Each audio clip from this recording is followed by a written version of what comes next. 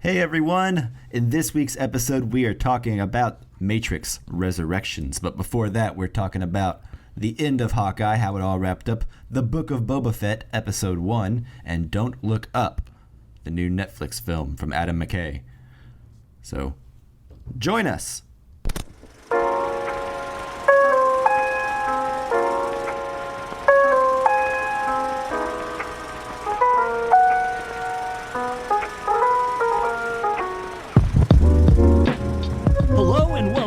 Casual Cinecast, powered by Cinelinx. My name is Chris, and with me as always is Mike, who still knows Kung Fu. How you doing today? Oh, I am doing well, man. I am doing well. Happy holidays to you and yours. Thank you very much. Thank you. Also with us is a man who is locked in eternal eternal war with the robots for the balance of power. Justin, how are you doing today? I'm good. I feel like I'm having a worse, more difficult life than Mike is. Yeah. I got the better end of that all. Yeah, he just knows Kung Fu. Well, yeah, okay. It was hard to say too, so I hope you guys appreciate that. I'm good, just exhausted.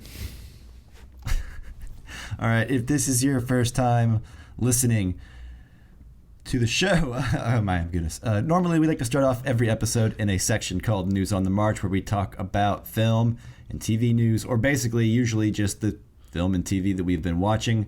Then we move into our feature review. This week, like I said at the top of the show, we are discussing Matrix Resurrections.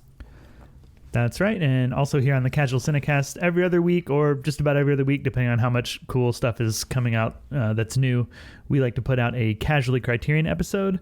In these episodes, listeners choose a film from the Criterion Collection for us to review by voting in a poll that we put out on our Twitter account. So check out our next Criterion poll, follow us on Twitter. Also check out our last Criterion episode, which was on Bull Durham, and then also a ton of Criterion Collection films we've reviewed in our back catalog. And as I said, that poll we put on our Twitter account, so you can follow us there at Casual Cinecast. We're also on Facebook and Instagram at Casual Cinecast. And if you want to send us any messages, any questions about the movies we're reviewing, send messages to those social media accounts or to casualcinemedia@gmail.com. And last but not least, if you enjoy the show, you like it, you want to help other people find it, go on iTunes or whatever platform you listen to podcasts on, give us a review, 5 stars, 10 stars. Whatever the max is. 11. Yeah, 11 stars if you listen to a Spinal Tap podcast catcher. Mm-hmm. I think on IMDb, doesn't it go up to 11 stars on that one particular movie? A joke or something? It used to be, yeah. It's the only film you could rate 11 stars, which is awesome. Yeah, that's fun. Yeah, I like that a lot. Cool. Way to go, Are we IMDb. ready to go into News on the March now? We could just talk about it. We could do a quick 10 on how awesome that joke is if you want. It's 11. No? Yeah, quick 11. Good call. Okay. Yeah, News on the March. Good. All right. News on the March.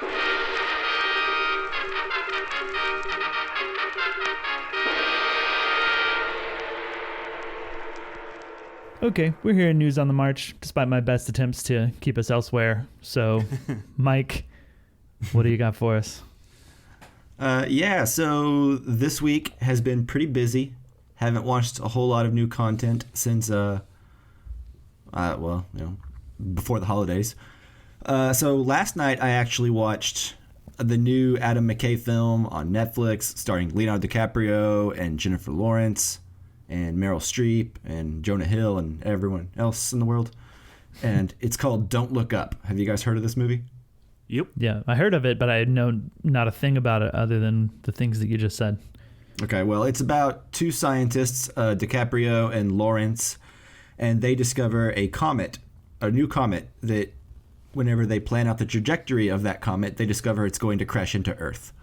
So they try to tell everyone about it, and it's basically sort of a satire of modern day, or maybe soon-to-be future America, and sort of how hopeless it is to try to get someone to realize that the world is about to end whenever they just don't want to hear it, And it's been getting like mostly positive word of mouth as per usual for Adam McKay, I think. I liked Vice when it came out, but a lot of people don't like that movie at all. I like it. I think it's good. Yeah. What about you, Chris? What's your perception of Adam McKay as a I think I'm probably the most negative in his recent turn into the politics of it. It's I don't know. Yeah. What can you summarize what it is you don't like about it? I think and I haven't seen Don't Look Up, but everything I've read kind of signals that this is the same too. Right. I'm getting the same vibes as whenever Vice was in theaters. Yeah, kind of like signal waving or look how I don't know. It's kind of tough. I'm so much smarter than everybody else type of thing and smarmy. That's kind of what I got from Vice. Yeah, I think, and I may be putting words in someone's mouth that isn't true, but I believe there's a quote from him that says something to the effect of I'm like the liberal Aaron Sorkin. Yeah. Look, I probably agree with his politics more than, anything else. But it's the way he presents it that I find kind of grating, That's how I feel with Aaron Sorkin from time to time. So sure. Yeah. But anyway, that quote I think comes from Adam McKay himself, if that's even a real quote. It's Twitter. What are you going to do? Yeah. Anyway, so Don't Look Up. I would say if you're not a fan of Adam McKay's style, or if you didn't dig on Vice and The Big Short. I did like The Big Short, I'll say that. Yeah, so I would say I liked it. I liked it okay.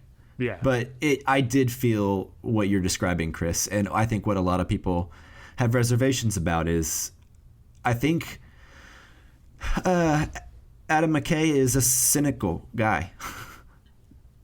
And his films are definitely not uplifting.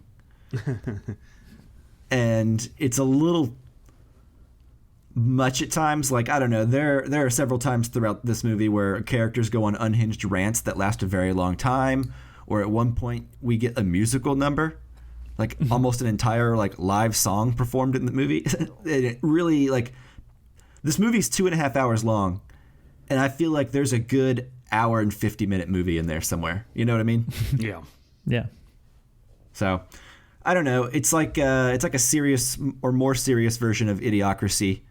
And probably a better movie, but I don't think will ever be as beloved as that movie seems to be. Right. Yeah. I'm looking forward to watching it. I haven't seen The Big Short, but I've heard good things, and I like Vice well enough, Yeah, if you like Vice, I think you should definitely watch The Big Short. Yeah. Yeah. I prefer this Adam McKay overall. I liked Anchorman, but two of my least favorite comedies of recent times, I guess the 2000s, you could say, that I've ever seen are Step Brothers and The Other Guys. I've never seen The Other Guys, but I'm with you on Step Brothers. I'm one of the few detractors of that movie. Well, you're both wrong about Step Brothers. I don't know about that. But also Anchorman 2 wasn't very good, so I liked Anchorman 2 okay, actually. Yeah, it's better than the other two. It was sort of the beginning of this Adam McKay. It was he was just starting to get political, and that took me off guard when I went to go see that movie. Yeah. Fair enough. I mean, I think that has more merit than Step Brothers or Other Guys. Yeah, at least he was doing something with Anchorman 2. I admired that. Yeah. So anyway, Adam McKay, your mileage may vary. The cast is all really good. Leo DiCaprio, Jennifer Lawrence, Meryl Streep. Jonah Hill's a bit much from time to time. This is one of the roles I didn't like him very much, but I could see him being a favorite. Timothy Chalamet is funny. Oh, yeah. So, yeah. Well, I'm in. I'll watch it soon and let you know what I think. I would like to know. I Chalamet watch it. Moving on. Can we? Yeah. Can we just all right. I've been talking for a bit, I think, so I am going to tee up you guys for the next bit of this conversation.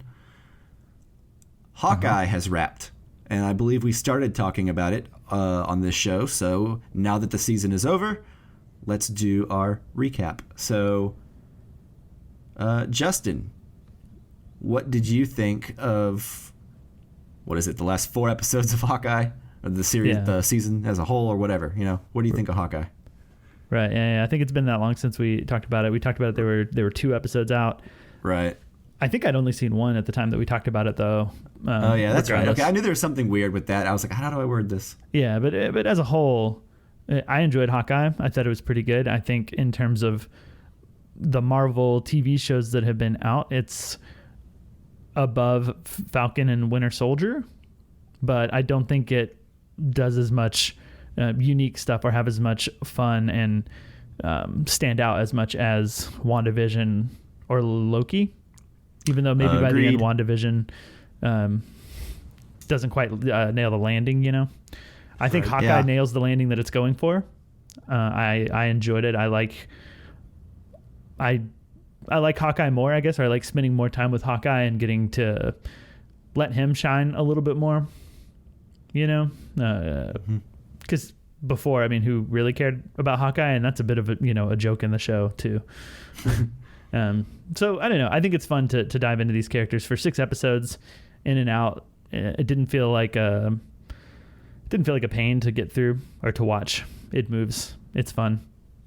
I like it. It's Christmassy. Yeah.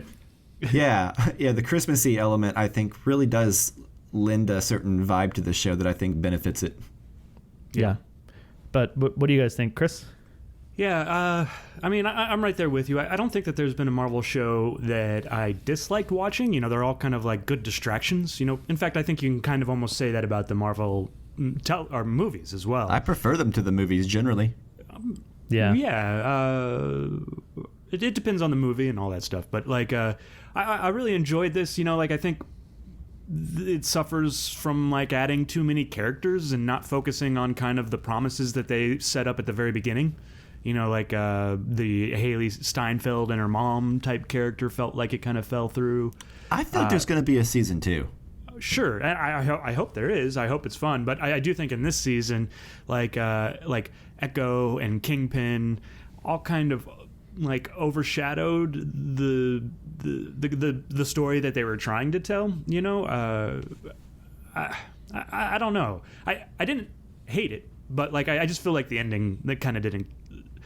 The last episode really is where kind of all that stuff kind of came together, and I felt like I felt wanting, you know, like wanting more of what they kind of promised at the beginning is kind of how I feel. Like when we first talked about this, I was kind of like the things I kind of wanted to see was like, well, why do the Avengers need a Hawkeye? And I'm not sure. I'm not sure that they set out to answer that question, you know. But that was kind of one of the things I was looking for out of this show. So, yeah. What about you, Mike? I definitely liked it more than you. I feel like I wasn't expecting anything out of this show, to be honest with you. I honestly had no idea. Up until maybe halfway through the series, I was thinking, oh, okay, like Hawkeye's gonna hand the mantle of Hawkeye down to Haley Steinfeld, and that didn't even really happen. Yeah. Because she's not Hawkeye, so I don't really know. Well, they're both Hawkeyes now. I guess that's the implication. Whatever. But yeah, I don't know. I enjoyed it. I think Haley Steinfeld and Jeremy Renner have good chemistry. Mm-hmm. Yeah.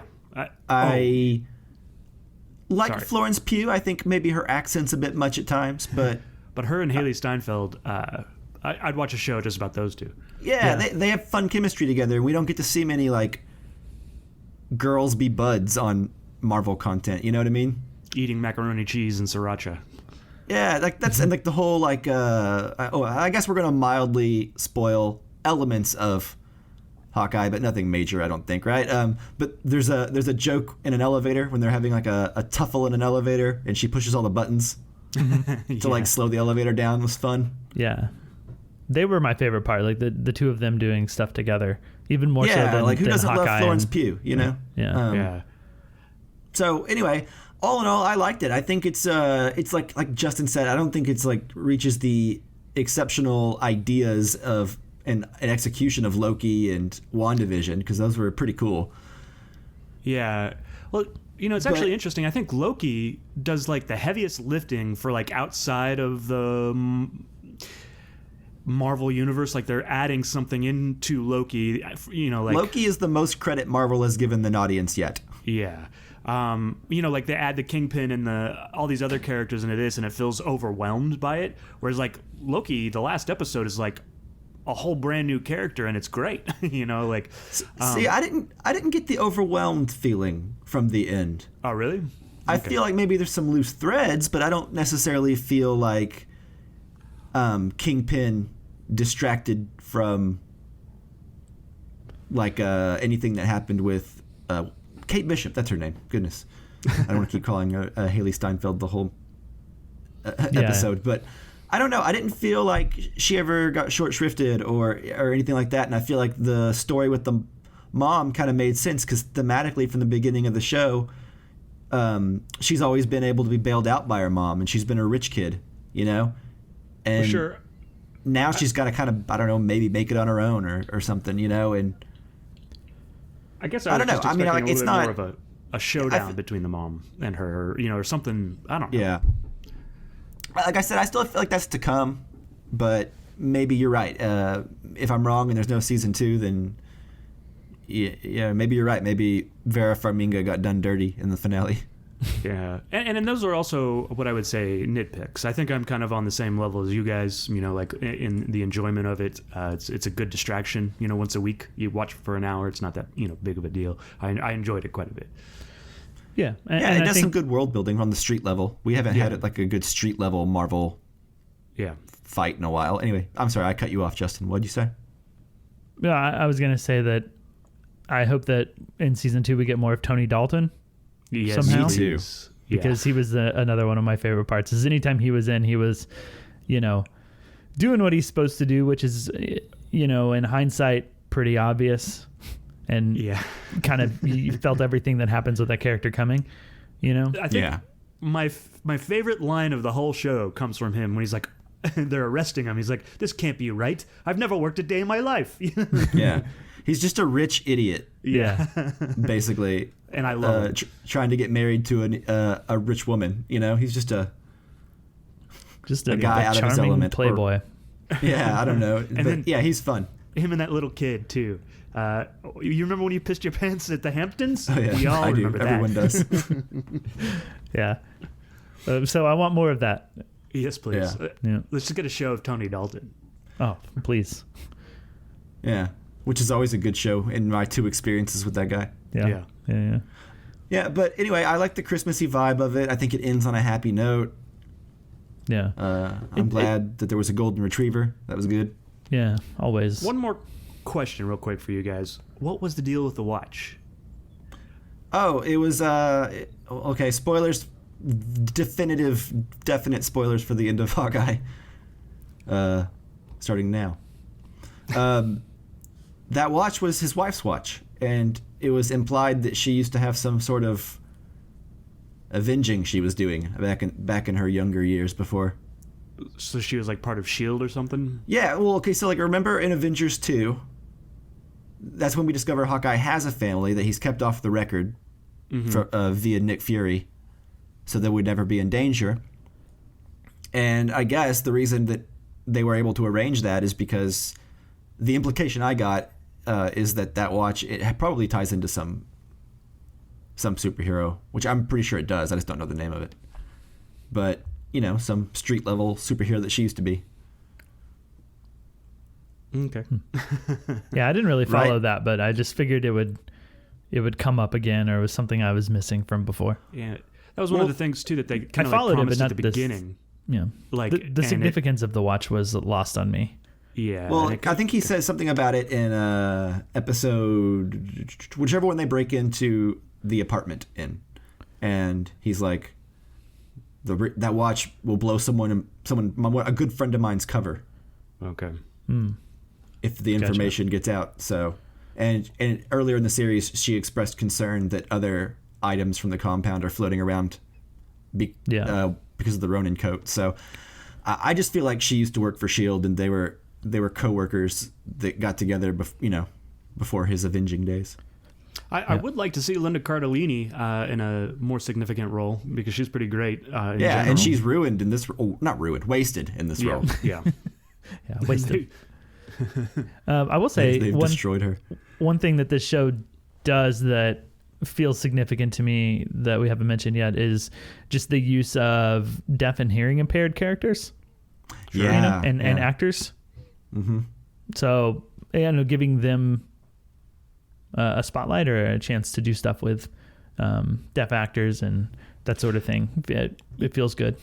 Yeah, another one of my favorite parts is Echo's introduction in episode 3. That opening sequence is really great, and then I think Echo herself, the actress, is pretty great. I'm excited to see what they do with season 3, or not season 3, but Echo's season coming out next year, I believe, or not next year, the year after that, 23.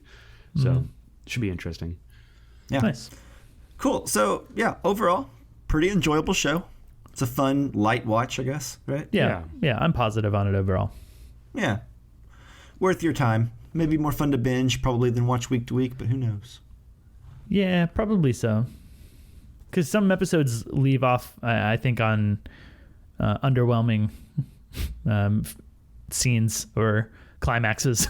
And I was like, sometimes one would end, and I'm like, well, I got to wait a week, and hopefully this doesn't sour within that week, because I'm kind of iffy on the way that episode ended, or things that happened. I was like, Yeah. No, that makes sense. Cliffhangers suck unless you go out on a really compelling one. Yeah. One more thing. I know I've said that 3 times now, but actually it had that really great blip scene too, from the perspective of somebody that gets blipped. I thought that was really great. Oh yeah. That's the first time we've seen that, right? The first time we've seen the whole process. In WandaVision, we see someone get blipped back, but it seemed like a much slower, because we didn't see her get blipped out. Yeah, it was from the perspective of somebody that hadn't gotten blipped. This was from somebody that's getting blipp's perspective. Mm-hmm. Yeah. So I thought that was fun. Yeah. It's really just confusing, and makes you wonder all the rules, right? What happens when people are on airplanes, or what happens when people are sitting on a toilet. Yeah. I saw it was a TikTok, and it's just someone of green screen themselves, and it was they were in an airplane when it blipped, and then when they came back, they were just sitting in midair, and we're and then they just fell to their death. Yeah. Where it's what happens if you were on a toilet and then you blip back and someone else is on that toilet, and you're just sitting on their lap. That's messy. Yeah, no one wants that. Yeah. Anyways, okay. They explore that in The Leftovers a lot more. Oh, okay. Well, okay. There you go. Cool. All right, moving on, for real. All right, and last on the docket, something that just premiered, yesterday? Today? Today? I don't know. Yesterday. It was yesterday. Yeah. Okay. Anyway, the Book of Boba Fett. So, who wants to get us started? Chris. Chris, yeah. That's what I say. I actually went back and watched the Boba Fett episode from Mandalorian, just to kind of refresh myself, and it reminded me how much I really like the Mandalorian, and I can't wait for that third season. Yeah, and I think this is more of the same, and that's not a bad thing. It's kind of I really like the way they are presenting these characters. It's a lot of not talking. We're just gonna watch as these things unravel in front of us. Not a lot of dialogue happening. Very spaghetti western. I guess. Yeah, Clint Eastwood talks in The Good, the Bad, and the Ugly, but less is not more. Much. Yeah. Sure. And I think that's kind of the same here. I think maybe I had some hope that there'd be some cool reveal, Baby Yoda at the in this first episode. There wasn't that, and I'm not disappointed by that. But it's just kind of more the same, and I'm interested to see where this goes. And I do think it's making the world a bigger place. Expanding that world, which I think needs to be done in Star Wars. I think there's a big playground, and we've spent a lot of time with the same characters in this giant universe, and sure. I like to see more of the universe. So yeah, I enjoyed it, and I think it should be interesting to see what happens next. What about you, Justin? Yeah, I also enjoyed it. It definitely didn't do as much or accomplish as much as I thought it might. It doesn't really hit the ground running to me necessarily. It feels like it's kind of just setting up a lot of what laying the foundation for a lot of what's going to come. I assume because I feel like it feels like it's wrapping up and addressing a lot of like fan speculation for the past 40 years, and then now like the yeah now like the story can begin. Exactly, yeah. So by the end of this, it feels like, okay, now the show will become what it is from here, now that we've caught up on everything. And what's there is enjoyable. I had to laugh to myself just because I don't know if you guys remember, but Patton Oswalt's Star Wars rant on Parks and Rec.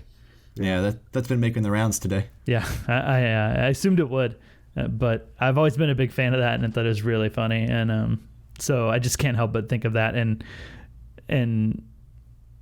I don't know, it just doesn't play as like particularly cool or exciting or awesome whenever his glove, comes up out of the sand, which I don't think is a spoiler. That happens really early on. It just made me laugh out loud. Yeah. So, but I like the scenes inside the Sarlacc. That was cool. Yeah. Yeah. The Sarlacc pit was kind of like a no-win situation for them, like because it's kind of the sequels too. But because we've been thinking about it I haven't been thinking about it for 40 years, but like it's been around, so we've all imagined what would happen in that Sarlacc pit, I've definitely talked about it on multiple occasions in my lifetime. Yeah, I just don't think that it can live up to whatever everybody thought. It can't equal what everybody wants from it. Sure, just get it out in like a 5-minute sequence. Sure, absolutely. I think that was smart. Yeah, I think there's really only one thing you can do with that, but it just still made me laugh. Yeah. But yeah, otherwise it feels similar in tone to Mandalorian, so I'm hoping it will divulge and kind of separate itself in some way other than just being about Boba Fett. And I think it will. It just hasn't yet. So I think the addition of giving him a sidekick works for the show. I like her. She's good. Yeah. Mm-hmm. I think it's also cool that the show's two leads are a 58 and a 60-year-old person. Yeah. That's both cool. non-white, which is pretty cool. Sure. Mm-hmm. What other show can you say? Very many huge, like Disney budget level. Not much of that content involves actors that old because usually they want someone young and hot, like a Marvel show. But, it's all about perspective. Like from Betty White's perspective, they're both young and hot. So that's true. They both look really good. Yeah, I think I agree with you guys. It's a good, strong first episode. I hope that the show kind of grows in scope. I hope we don't spend all 7 episodes on Tatooine. Yeah. I doubt we will, but who knows? But if he's going to control Jabba's empire, there was the term Hutt space, implying that they ruled more than just Tatooine. So he may have to leave and get his hands dirty other places. You don't know. But yeah, there's still a couple people from like the trailers we haven't seen yet that I'm excited to get to know more. And yeah, overall, fun. And yeah, now that we've gotten this out of the way, I'm excited to see what happens next. Yeah. Was it Mandalorian? Did we do News on the March every episode for that? Or was that I think for that one we probably did. I know we did it. I don't know if we did it for the second season. We did it for The Watchmen. That's the only one I remember. Okay. Oh yeah, maybe that was it. Yeah. I don't know. Maybe we'll catch up every week if the next episode seems like worth talking about more. Otherwise, we can follow up when it's done. Because this one's pretty just not a lot happens necessarily. Well, a lot happens, but nothing that we didn't already know was going to happen. Yeah. That's it. Nothing. We know he has to get out of the Sarlacc pit. Do you think? Well, yeah, I guess this is kind of spoilers for the first episode, but do you think the whole season will be flashbacks? It'll be him setting up his empire, and maybe that's how we get off world. Is like we'll get flashbacks to him doing bounties and stuff like that. I think anything's like after the finale of season 2 of Mandalorian, I honestly feel like anything is possible. Yeah, that makes sense. Like, you know what I mean? Like I don't even know. Sky's the limit, really. I've heard rumors of people that might potentially show up, but they're just rumors, so I don't know. Mm-hmm. Mm-hmm. But if true, there'll be a lot. Yeah. I'm trying to think. Like almost every rumor I ever heard about a character showing up in Mandalorian did, and some showed up that didn't. hear rumors for. But so if you've heard of them, might be a good chance that they'll be there eventually. Yeah, that's why I'm not saying them. Because at first you would be like, that's ridiculous. There's no way that could happen. But then you're like, well. Yeah, and I don't think Disney released screeners either, so they're trying to keep stuff secret. Yeah. I haven't heard any rumors, so any of these names that you have in your head are, as far as I'm concerned, in your head. I'm not like on the same page as you. And like, yeah, me too. You know, so good deal. So good. Yeah. But anyways, that's that, I think, right? Are we anything else we want to say about Book of Boba Fett? No, not really. I mean, there's a little bit of action. Just curious, how did you guys feel about the action? Because it felt a little underwhelming to me. I like the rooftop sequence. After they break free from the shielded dudes, and then Fennec Shand chases those dudes across the roof. Yeah, that was good. There were just moments in the fight on the street with the shield people that I was a little underwhelmed by. Yeah, Boba doesn't seem to be in top form yet. Yeah, maybe that's it. Because remember, he had to be like taken to the Bacta chamber in his room. Oh yeah, and like just dumped in with his clothes on. So I don't know. I think he's still not quite up to like 100%. Yeah, I guess that could be it. It could be narratively the way that it is, you know. Yeah, that's what I assumed, but I don't know. But yeah, I like the rooftop sequence. I liked the flashback slaying the I don't know, what looked like the Clash of the Titans monster, the caterpillar lizard thing. Yeah, with the 4 arms. That was cool. Yeah, a lot Killed of people. That stupid Rhodian that ratted him out. A lot of people get choked with chains with which they are being held captive in Tatooine. Yeah, it's a good pro move. Yeah, he's in good company. Okay, but yeah, it was cool. It looked like unlike any other kind of Star Wars creature. Yeah, it was different. It's fun looking. Mm-hmm. Oh, also, real quick while we're on this, the Twi'leks looked really good in this. Yes, they did.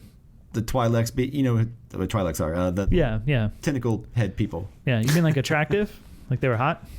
Well, yes, that. But like they just looked better than I think they did in Mando. I think they figured them out. Yeah, I agree. They looked good, and I didn't know what you meant. I was just goofing. But yeah, no, Jennifer Beals looked real good. Mm-hmm. Which one was Jennifer Beals? She's the main one that like arranges to put. Oh yeah. The coins, yeah. She's like from like Flashdance and the L Word and stuff. Yeah. Mm-hmm. Well, good. Yeah. There we have it. And Max Rebo lives. Most importantly, I've been waiting for you to drop that.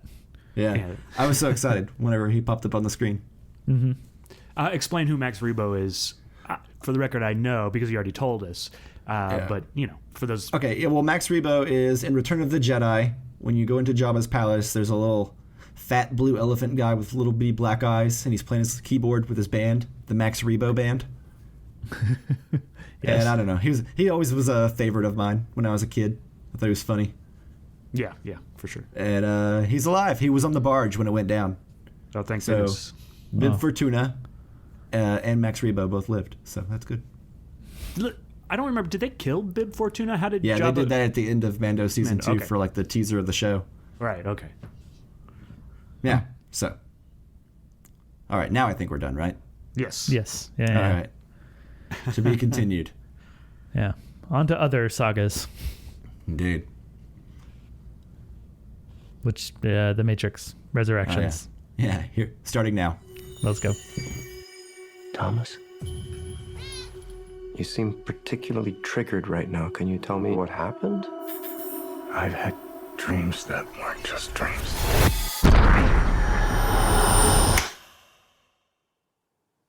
Am I crazy? We don't use that word in here.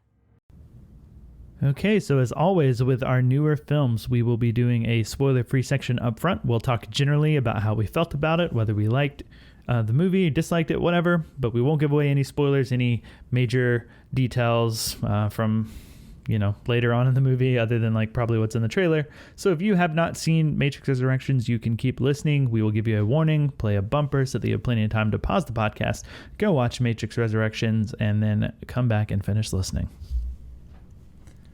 All right. Matrix Resurrections was directed by Lana Wachowski. It stars Keanu Reeves, Carrie Ann Moss, Yaha Abdul Madin II, Jonathan Groff, Jessica Henwick, and Neil Patrick Harris.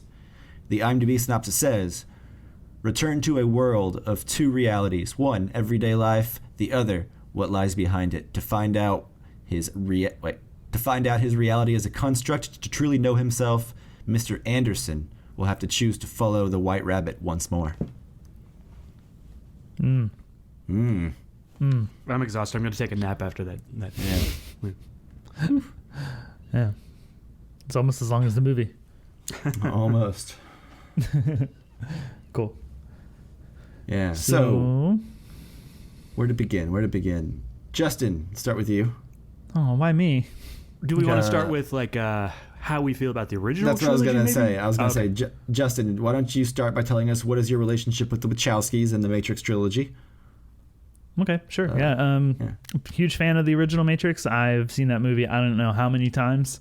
It's the one movie I did not rewatch to prepare for Matrix Resurrections because I don't need to. I've seen it, I would guess, more than like 30 times, honestly. The other two, the Matrix Reloaded and Matrix Revelations, I saw both of those. Revolutions. Revolution? Right? Yeah, I don't know. What is it called? Revolutions. Oh, I thought it was Revelation, but what it is. Need it is Matrix Revolutions. Resolutions to wrap everything up. Yeah, right. Anyways, Matrix Reloaded, Matrix Revolutions. I saw those in theaters, and I have not watched either one of them since because they didn't really do it for me. And I've thought about watching them again. You know, I think I attempted once when they first popped up on Netflix a while back, a few years ago. I made it about 15 minutes into Reloaded and then did something else. I rewatched both of them to get ready for this one, and I think I liked them better than I remember, but also, you know, the first Matrix is so good on its own that everything that comes after it just feels disappointing, and I'd rather every time I watch The Matrix, I just ignore any of it, you know, and that's kind of where I've been. I've liked some other Wachowski movies. Speed Racer I thought was good. I think visually they're always fun, you know, and doing interesting stuff. So, and choreography wise, and they've never disappointed on that front, even if I don't like the movies overall. But that's kind of where I was going into the Matrix trilogy. So this film, I could have cared less about it, like whether it came out or not. You know, I was not excited. Wasn't not excited either. You know what I mean? Mm-hmm. So yeah. I know exactly what you mean. That's where I was. So yeah, Mike, how do you feeling? The same thing? It sounds like maybe. Yeah, I'm with you on the first Matrix. I thought that was great. I think that movie came out whenever I was in 6th grade. And it was crazy to me then, you know? Yeah. Since then, I have seen the second one and the third one when they were out in theaters, but I never really went back to go watch them, same as you. I think maybe I've seen the second one once since then. Yeah. And like you, I rewatched them and liked them better. But I don't know. I still feel like it's hard for me to think of The Matrix as like this ongoing saga because I still just think of that first one and like the impression I had of it. And so I don't know. I feel like everything else is just so unnecessary.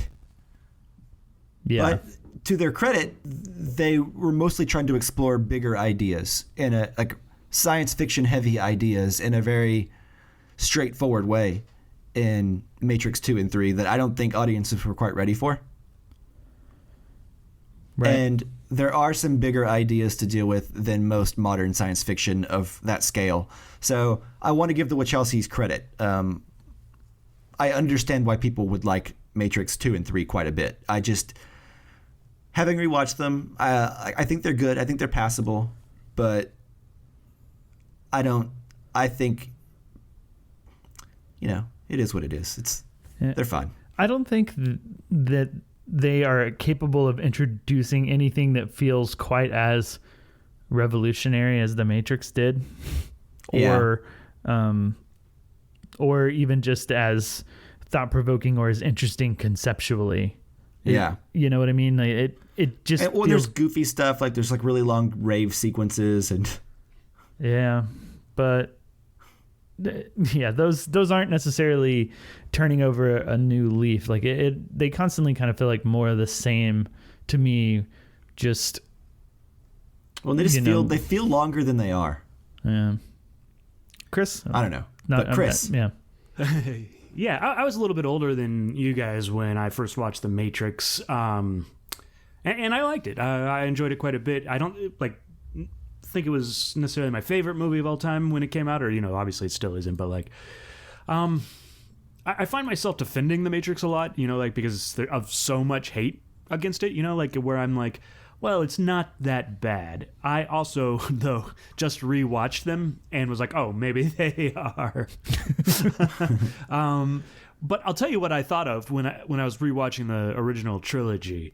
I was reminded of what Justin always says. He's like, I'd rather see a movie swinging for the fences and miss than like a typical Marvel movie or something like that. I like typical Marvel movies, but and I think they're swinging for the fences in all three of their movies. They are trying to do things that are big and bold, and it doesn't necessarily always work, or at least for me. But I gotta respect it. Like in big blockbuster movies, they are trying to put forth these crazy ideas.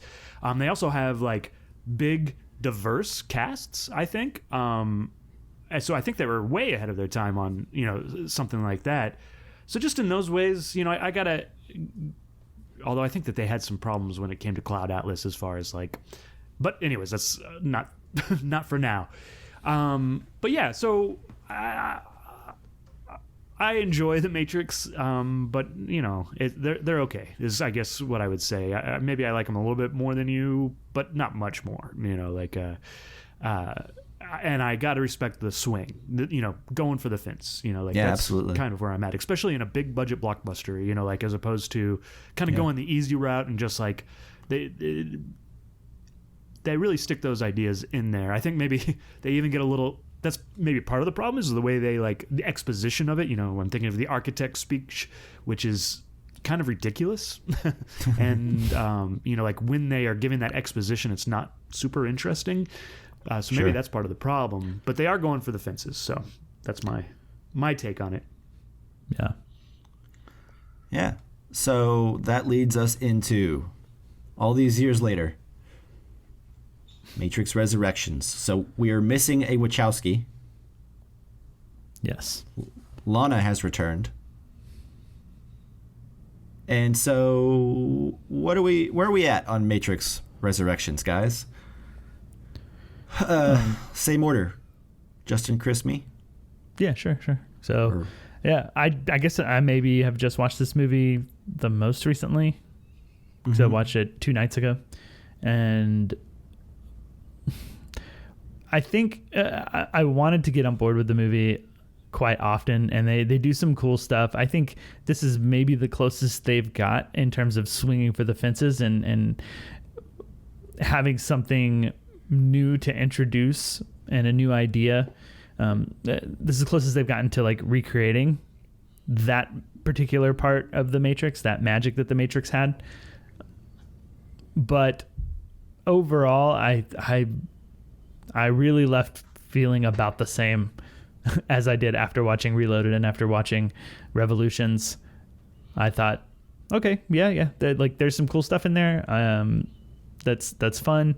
There's some interesting ideas. I'll still probably just watch the first Matrix going forward.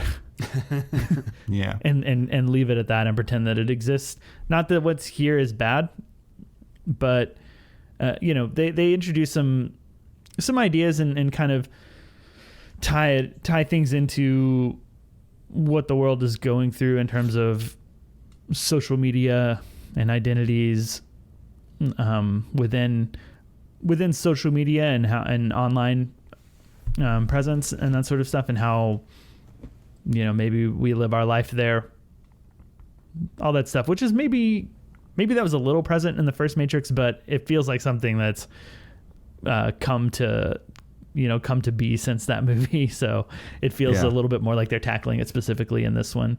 But I don't know. I think the one thing that did keep me interested, or sort of captivated more so than Reloaded or Revolutions, is the I don't want to say anything too spoilery, but just the relationship between Neo and Trinity and where they are in this film, and how, I guess it's hard to say without spoilers, but just like the struggle that they have with being around each other. Mm-hmm. I enjoyed. I thought that was good, and there's a lot of this movie like that's not this that. This movie, Keanu and Carrie-Anne Moss's chemistry is probably better than it was in the original trilogy. Yeah, I think they have a little bit more to do than after the first one, in 2 and 3, they just love each other. They're just together. Yeah, they're just in love. It's like Jim and Pam in The Office from like season 4 on, 4 through 9, right? But anyways, that's my overall thoughts. I think it's fine. Mike? Yeah, so I think this movie I enjoyed more than I thought I would. I've been pretty cynical about this project from its announcement. It seemed sort of unnecessary. I felt like the Wachowskis had said everything and put a nice bow on it at the end of Revolutions. And I couldn't imagine where they would go that would be worth it. But I've been surprised before, Blade Runner 2049, etc. So, I went in curious. And then word started coming out that it was a little different than people were expecting tonally. And that got me more intrigued, to be honest with you. And I think I enjoyed that element of this movie quite a bit. I feel like Lana Wachowski is sort of giving a middle finger to Warner Brothers in a not subtle way at all. Yeah. In this movie, and I think that's pretty cool. The bravery or stupidity, whatever you want to call it. I think that's pretty cool. A cool attitude to take, $100 million of their money with and come out with this movie. A movie that seems like it's very self-aware of what we're all thinking, and then also what the modern day landscape of Hollywood looks like.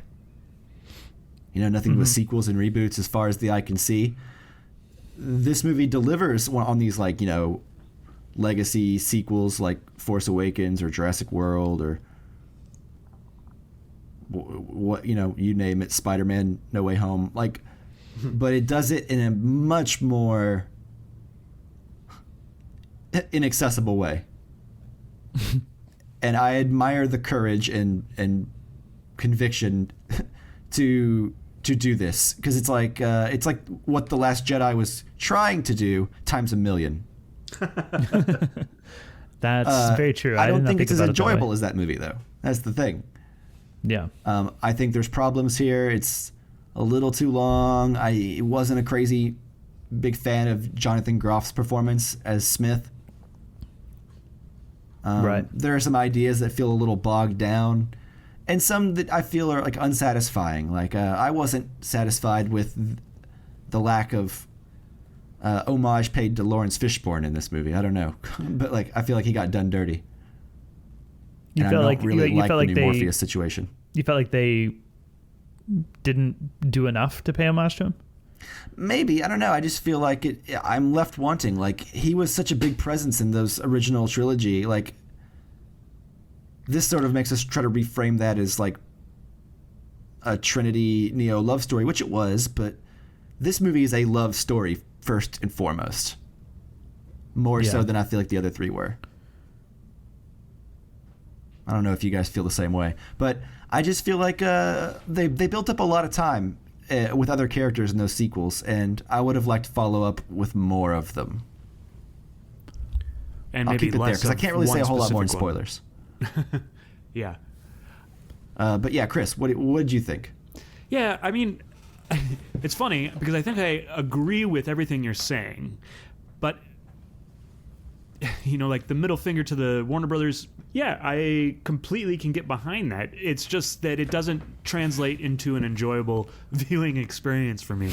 Like maybe if it had been a little bit more subtle about it, but like, I agree with you. Yeah. Okay. Yeah. Like it would have been easier to handle. I think there's a lot of things that the Matrix that needed to or that they were trying to reconcile themselves with. There's a lot of legacy stuff from the Matrix, the original trilogy or the original movie, that's kind of been the red pill's been claimed by I don't know, far right Republicans or just Republicans. I don't know, people that are obviously misinterpreting the movie, or a movie like The Matrix can be interpreted in a lot of different ways, and that's why it's so popular anyways. But I think they were trying to reclaim a lot of stuff. Even The Matrix had been blamed for some of the school shootings, and they kind of moved forward with that by not giving Neo a gun in the movie, which I kind of like that, but I don't know that I enjoyed watching the movie. I can respect a lot of this. Maybe it's a lot like the sequels. I can respect a lot of the stuff they're trying for.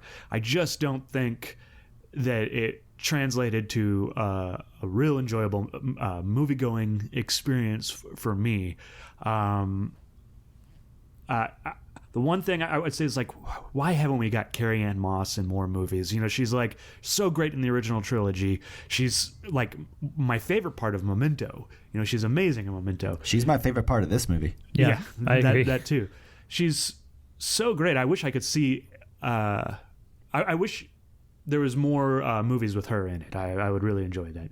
But anyways, I'm excited to get into spoilers with you guys about this.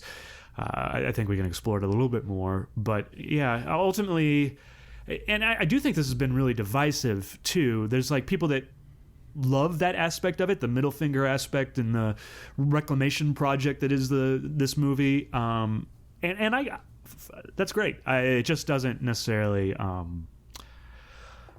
make for a good movie for me. It wasn't enjoyable. Yeah. Yeah, no, I feel you. I mean, I agree with you. That's when I say, because I liked The Last Jedi and what The Last Jedi did for Star Wars. But when I say that this movie is like The Last Jedi times a million, yeah, that's not a good thing. Anything times a million, unless it's money in your bank account's not good, probably, right? Gummy bears in your pocket. Yeah, that's too many gummy bears. Gummy bears. It's a bad thing. Yeah, it's bad for your health. Fair enough. But I admire it, while at the same time, it keeps me at a distance from it, because I can't look at it as anything more than yep. Yeah. Good for you, But maybe I'm not giving it enough credit. I think what would make it feel more authentic to the original trilogy isn't so much the dialogue, because I feel like the dialogue here, I prefer this to the stilted, short, clunky dialogue of Revolutions and Reloaded, in my opinion. This feels cheesy on purpose. Sure. But what I feel like this movie is lacking is a lot of what you touched on earlier, which is the iconic action and choreography and whatnot of The Matrix. I don't necessarily need to have Keanu Reeves have a gun. Sure. But this movie's action choreography and its special effects and what it was doing just felt very even subpar for what could have been a Matrix 2. It just feels like that wasn't even what Lana Wachowski was focused on at all, which may be the case, and that's fine. But I think if they had made it, we're lying to ourselves if we aren't pretending that that wasn't a huge part of the success. Yeah. The success and the appeal and the vibe of the original Matrix. So I would say the action in this movie is pretty terrible. Yeah. and if it had been more obvious that was the choice, you know, like that like having we're turned down avoiding the action violence or sequences. something. I don't know. Sorry. But like, if they had made really clear, we're avoiding action sequences. Neo doesn't have a gun. This is just going to be this other thing. You know, I probably could have gotten on board with that. But it kind of straddles this line, you know, like that's unsatisfying in both ways. Yeah, like you get one like fight in like a basement type thing where they're like punching through walls and pillars and stuff, and then I mean you get a chase scene, but beyond that, there's not like. When I think of Matrix Reloaded, I think of like, yeah, the architect scene and that crazy dialogue, but then I also think of that crazy freeway chase. Sure. And Yeah, like I don't those have that. stupid looking twins that go through cars and people. Yeah. I don't have that with this movie, like that moment. Yeah, I don't have any memorable like, oh, that's the scene, you know? Yeah. And I think Revolutions had like the, you know, 300 Mr. Smith versus Neo fight, right? Right. In the rain. Yeah. Well, maybe There's no crazy set pieces that just like this movie, like that are iconic or like feel like they were done with as much love as I feel like any, like you can't go 30 minutes in the original trilogy without some kind of crazy, beautiful, like beautifully filmed, slow motion, whatever. You know what I mean? Like even if it's too much at times, like there's none of it here. Yeah. And they certainly, like the lightning of their choreography and action did not strike twice here, and I don't know that they did enough to improve or take it forward another step. You know, I feel think, like they didn't even properly rehash what they already did. No, and that's literally what I was about to say is that directing this one. We get, if I remember correctly, at least 2 scenes that are, you know, direct like new versions of scenes that we saw in the first Matrix. And both of them feel sluggish and just not nearly as good in comparison. They feel slower. They feel less sharp, you know? And I think to a greater overall point that you said something, Mike, and I can't remember exactly what it was, but it triggered this. But it was Morpheus, you know, Lawrence Fishburne in general gets maybe like short shifted or whatever in this movie, and I think this movie is down and just weighed down by all the baggage of the 3, because it spends time recreating scenes from the first one, justifying its own existence sometimes, and being kind of meta about itself. And I honestly, there are things that I wish we would just get through and move on, you know? Like I think as soon as I realized, you know, Agent Smith was around again, and I was like, okay, like we had 3 of these, you know, like I want more, you know? Yeah. Want something, I don't know. It felt like they were just trying to, you know, recreate some of the hits at times, and or even like apologize for some of the things that they knew they couldn't do again. So yeah. I don't know. It's weighed down by that, and I was like, I wish this movie would just move on and do its own thing. Well, it feels like it wants to do its own thing, but then goes through the motions of being like a 4th iteration instead of like a reboot. Yeah, you know, it's weird. Yeah, like every time that we, for the most part, every time we saw a character that was from the originals and we saw them again and had to like play catch up with them and like remind who we are, it was like, everything we were doing is just going to halt for like 2 minutes here while we do this, you know. And Jada Pinkett Smith gives us a speech. Yeah, or you know, Priyanka Jonas tells us about how she was somebody we saw in other movies that I won't spoil. Yeah, but anyways, or here's that annoying French guy that talks too much. Yeah. Anyways, that maybe more specific can be done in spoilers or not. I think anybody who's seen this movie or even seen the other ones will probably know what we're talking about. Yeah, but okay, yeah, I'd say let's get over there as soon as possible. I give it 3 out of 5, but not an enthusiastic 3 out of 5. Like, I'm glad I watched it. I like what it did. Yeah. We can get more into it in the spoilers. Yeah, 2.5 felt unfair to me when I was going to rate it, so I gave it 3. Yeah, that's kind of where I'm at. I was like, that doesn't seem right. That seems mean. And I like the first one so much that it's the credit that it has built up is like extending to these movies. I'm like, I can't give it 2.5. I did give it 2.5. Okay. You know, like I like the. Well, 2.5 isn't. I don't think it's necessarily a bad rating. It is. It's average if you look at the middle. Justin said that at one point, and then I was like, "Oh, so it's right. It's like that's an average movie. It's an average bad." Yeah. Yeah, below average, I guess, would be what I would say, and I feel like that's what this is. Look, they're swinging for the fences, but like those things just didn't work for me, and hopefully it works for somebody else, and more power to them. I mean, it's definitely I like this movie is not being panned completely. Like I feel like the reaction is divisive, but not nearly as unanimously despised as 2 and 3 when they came out. Like I think people get it. Like we may not get it as much as like I think we want to, or be on the same wavelength as much as we want to. But I've seen a lot of positive talk online about this movie, and a lot of negative too. So yeah, it's very divisive. It's progress. Indeed. All right. Spoilers? Let's do it. Okay. Jinx. No, I guess Rosebud is just a piece in a jigsaw puzzle. How many cigarettes you got up there? I'll tell you all about it.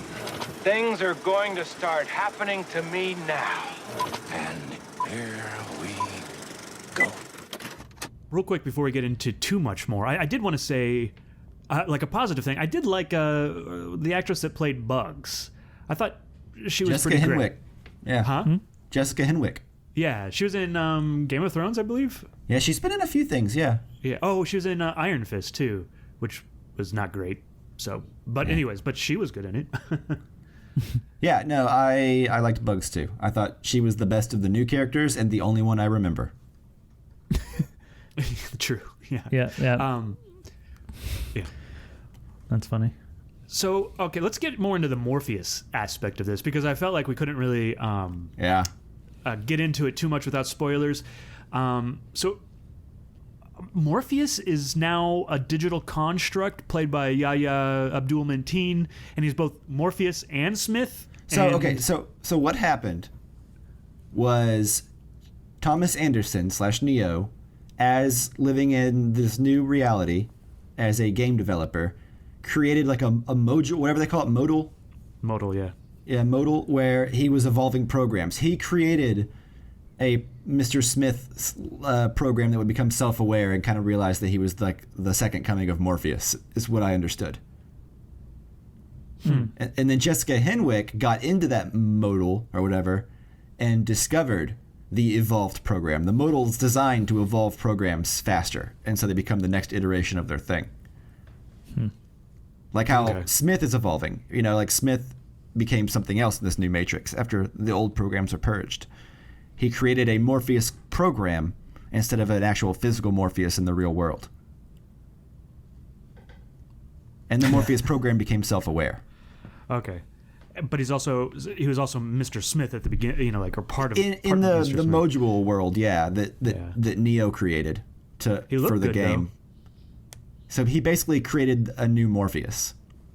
Okay. Yeah. And then Jessica Henwick freed it. That's what I understood it to be. Yeah, I do like how they, if I understood it correctly, that this sort of technology that they were using to bring that Morpheus into, the real world and Zion and all that, seemed like it evolved from the thing that Neo faces at the end of the third movie. Yeah, with like the like face or whatever. Yeah, that's all the different. What are those things called? But the squids. Yeah, but it's like it kept forming a face out of a little metal pieces, just like Morpheus did in this one. So it's, they kind of develop that. I think it's 60 years on from the end of the third movie. Yeah. And the things that machines and humans working in peace have given. Strawberries. That's Which compared to what they used to eat, strawberries would be like, oh my gosh.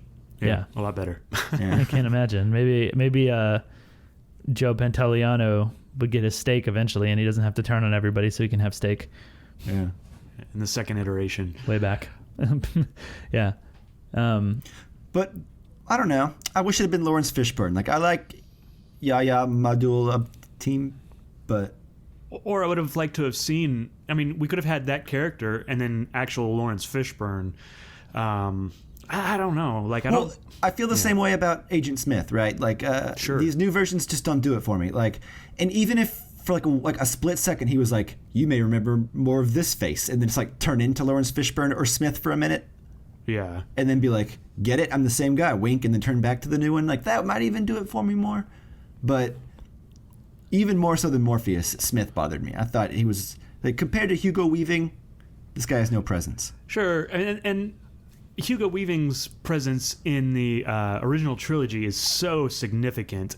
To change it out in this one, if you're going to have him even in it, like, is kind of weird and doesn't feel right. Like, I kind of like Jonathan Groff. Yeah, me too, in most things, but... Yeah. I mean, even in this, I thought it's just that he wasn't doing or couldn't do the Hugo Weaving, like, impression. So it was something different, but maybe it's because of what I'm bringing to the table. Like, I want a Hugo Weaving, like, Mr. Anderson or whatever, you know, like...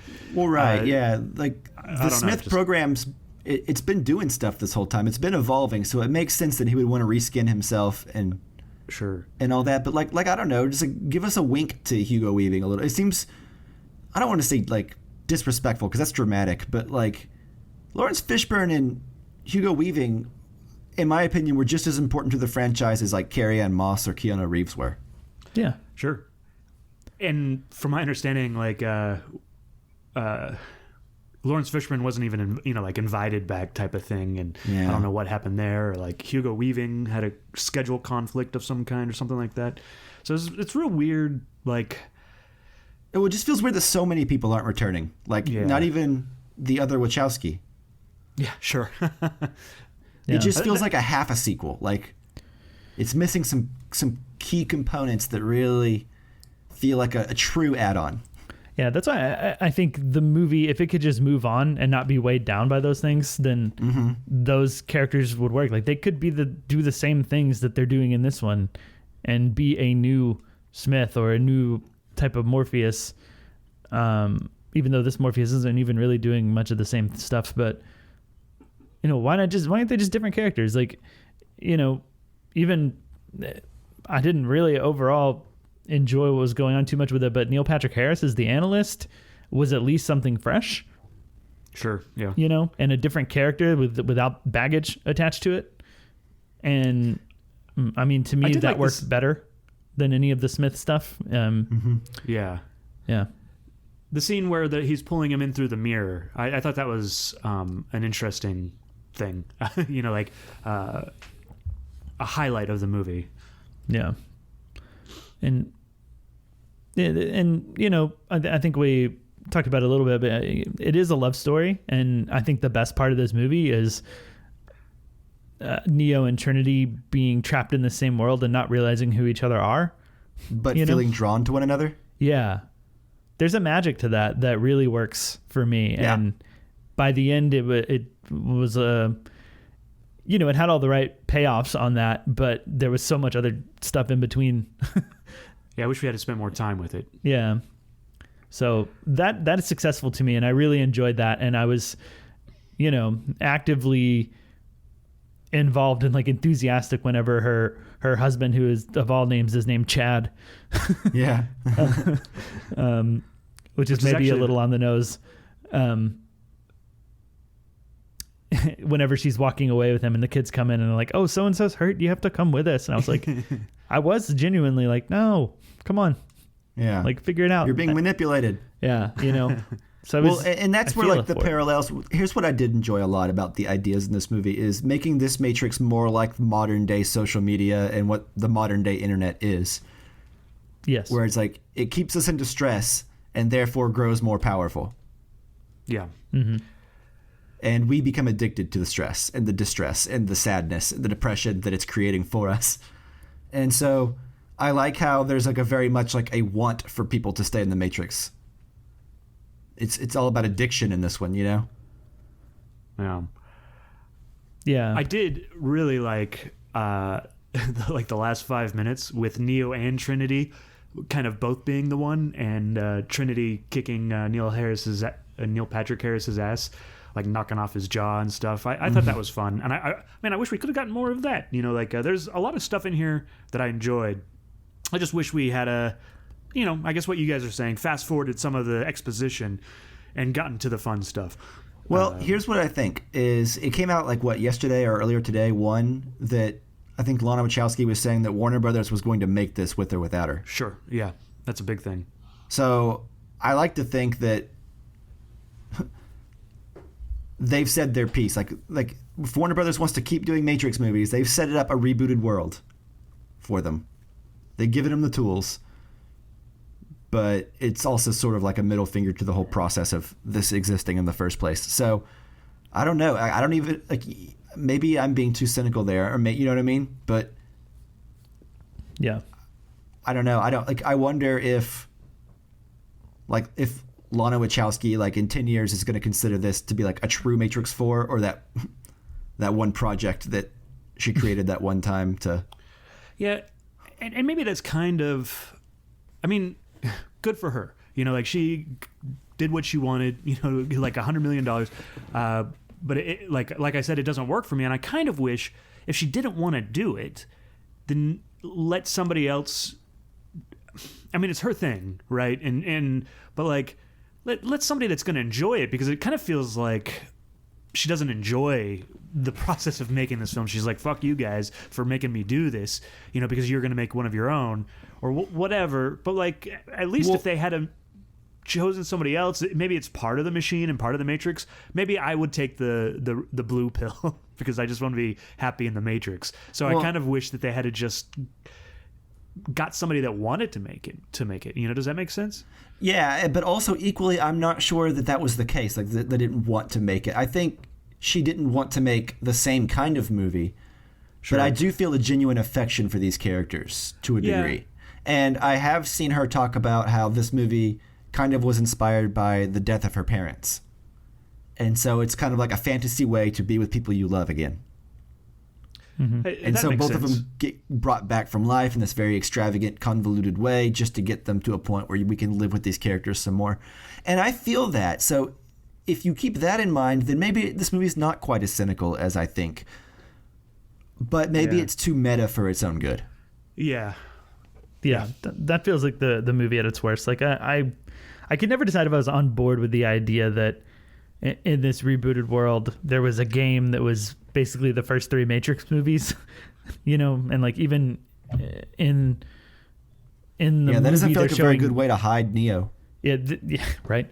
They're showing footage from the movies and be like, yes, footage from the game that you created. Oh, which was weird to me. I don't know. I don't know what you guys' experience watching this was either. I didn't see it in the theater. I saw it at home on my TV, which is pretty decent. I don't think it's certainly not top of the line, but it looked bad. It looked like digital, and I don't comment on that necessarily. But what was your guys' experience? Did it feel like? It felt like my motion smoothing on my TV was on. It did feel like that in a couple places, whenever there was particles flying through the air and a lot of people moving. Mm-hmm. Yeah, it just it didn't feel right. And then when they put in the old footage, that felt right, Yeah. So I don't know. Well, maybe it's just this. They're going for a new look. Lana Wachowski's definitely trying to evolve the ideas a little bit more with this new Morpheus, this new Smith, this new look. It's no longer green hazy. It's very ultra vivid, saturated colors.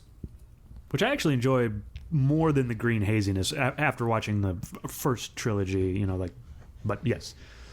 Yeah, but I did notice that some things, I remember I had to pause it a couple times and check to make sure motion smoothing wasn't on my TV. Yeah.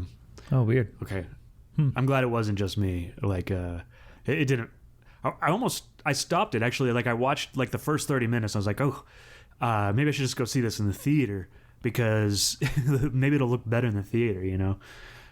Could just be HBO Max. Yeah. Huh? Could just be HBO Max. The movies and things I watch in there don't always look the best. It's possible. Did you see it in the theater? Or did you see it I saw it at home, and I didn't really notice anything like what you guys are saying, but I didn't think the movie looked great. Yeah. And I don't know. I feel like there's just too many elements that keep it from reaching what could have been something really cool for me. Lack of closure on certain actors and creators involved. I felt their absence, and also a real lack of effort put into the choreography and action. I'm always more interested in the ideas in a Matrix movie, but we can't pretend like the extravagant action isn't very important to the overall mix. Yeah. Yeah. Yeah. The clothes were less annoying. Sure.